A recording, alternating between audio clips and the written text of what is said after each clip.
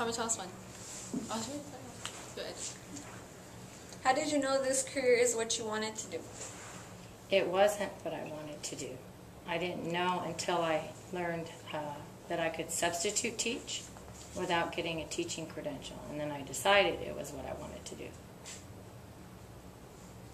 In what ways do you feel you have succeeded? As a biology teacher? Yeah, like in life. In life?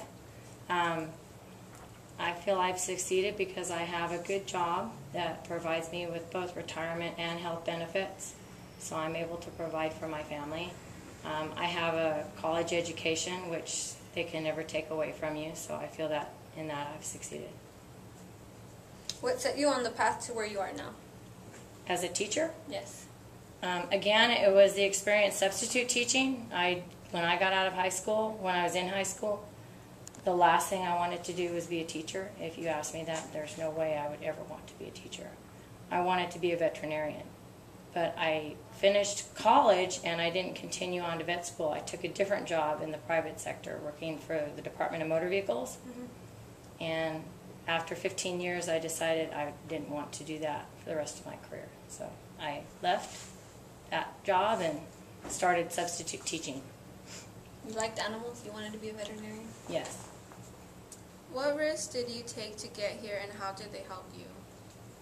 To get as a teacher, probably the biggest risk was quitting my job that I had had for 15 years with the state, government, with Department of Motor Vehicles, going from having a good paying job to having no job, and then going back to school for a year and a half to get my teaching credential. Did past failures disillusion you to give up or cause you to work harder?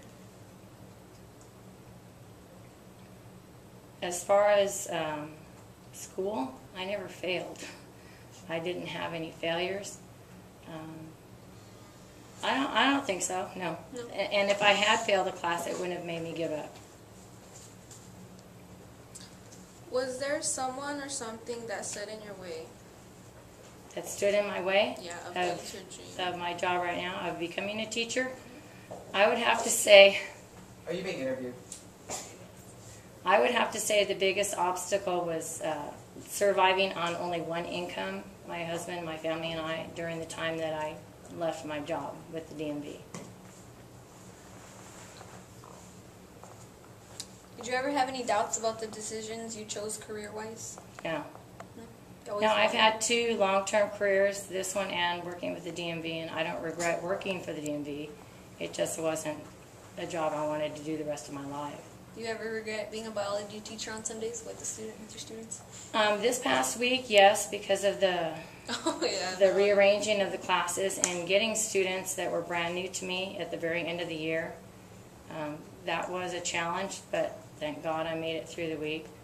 Also, I would have to say the biggest challenge of teaching is not only classroom management, but adapting to all the changes and expectations of the administration. That's probably been the biggest challenge for me. What about your personality helped you accomplish your goals?